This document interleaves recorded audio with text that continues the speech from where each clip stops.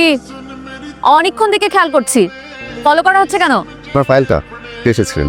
তো আপনার কেন মনে হলো এটা আমাকে ফেরত দেওয়াটা আপনার কর্তব্য? জানা আছে আমি কি? আপনি কি স্বপ্ননগরের সবাই জানেন। ভাবলাম পায়েল হারিয়ে মন খারাপ হয়েছে, কোনো মেয়েই পায়েল হারালে মন খারাপ করতো। আমি তো যে কোনো মেয়ে না, আমি সাফা চৌধুরী। আর কোনো কিছু একবার আমাকে ছেড়ে গেলে সেটা আমি আর ফেরত নিয়ে নাও। আপনাকে আমি চিনতে পেরেছি, আপনি উনি না যে বোর্ডে স্ট্যান্ড করেছেন, যার গল্প শুনতে শুনতে আমার রীতিমতো মাথা ব্যথা করে। আপনি ভেবেন না ভালো স্টুডেন্ট বলে আপনার এখানে ফ্রি পাস আছে, আর এরকম কিছু ভাবলেও হাত পা ভেঙে একদম হাতে ধরিয়ে দিত। আর আপনাদের এইসব হিরোইস্টিক স্ট্যান্ডের ব্যাপারে আমার খুব ভালো মতো জানা আছে, সেই জন্য এবার ওয়ার্নিং দিচ্ছি। নেক্সট টাইম এরকম কিছু করলে হাত পা জায়গায় থাকবে কিনা সেটা গ্যারান্টি দিতে পারছি না। আয় ছেলে আয়, এদিকে এসো তো, এদিকে এসো। খুব বড় একটা বিপদে পড়ে গেলাম। আপনি যে ওই ছেলেটা না যে আমাকে পায়েল দিয়েছিলেন? জি। তুমি তো সবসময় সাহায্যের জন্য হাত বাড়িয়ে দাও। আমার গাড়িটা না স্টার্ট হচ্ছে না, ধাক্কা দিতে হবে।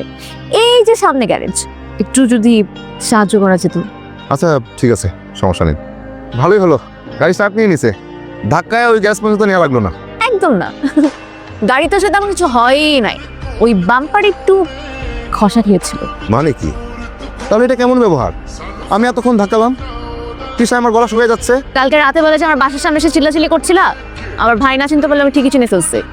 এজন্য অল্পের উপর শাস্তি দিয়ে ছেড়ে দিলাম। আমার ভাই জানতে পারলে জানের উপর দিয়ে যেত।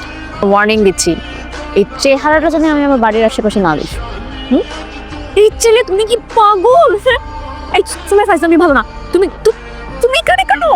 আমার বাপ ভাই জানতে পারলে কিন্তু তোমার খবর আছে। তোমাকে আমি বলছিলাম আমার বাড়ির আশেপাশে তোমাকে না দেখি। নিজের লাইফ রিস্ক নিয়ে এত রাতে আসলাম, কেন আসলাম শুনবার? মরতে আসছো আর কেন আসছো? যদি বাঁচতে দাও তাহলে তাড়াতাড়ি এখান থেকে ভাগো। সাফা চৌধুরী, আমি তোমাকে ভালোবাসি। কি? এই ফুলগুলো তার সাক্ষী। সারাদিন তোমাকে ভাবে, সারাদিনেও ঘুম আসে না, রাতেও ঘুম আসে না। তোমার বাবাকেও ভয় পাই, তোমার ভাইকেও ভয় পাই। আমি বুঝতে পারছি না এটা কি প্রেম নাকি আত্মহত্যা। আত্মহত্যার কি? আমার ভাই যদি জানতে পারে আমাদের বারান্দার মধ্যে নতুন একটা রুমিও পদা হচ্ছে, এই যে আমার বাড়ির আঙিনা দেখতেছো না, যে কোনো জায়গায় তোমাকে পুঁতে রাখতে। আশেপাশে করতে ফেললে তো ভালো, সবসময় তোমাকে আমি পাশে পাবো।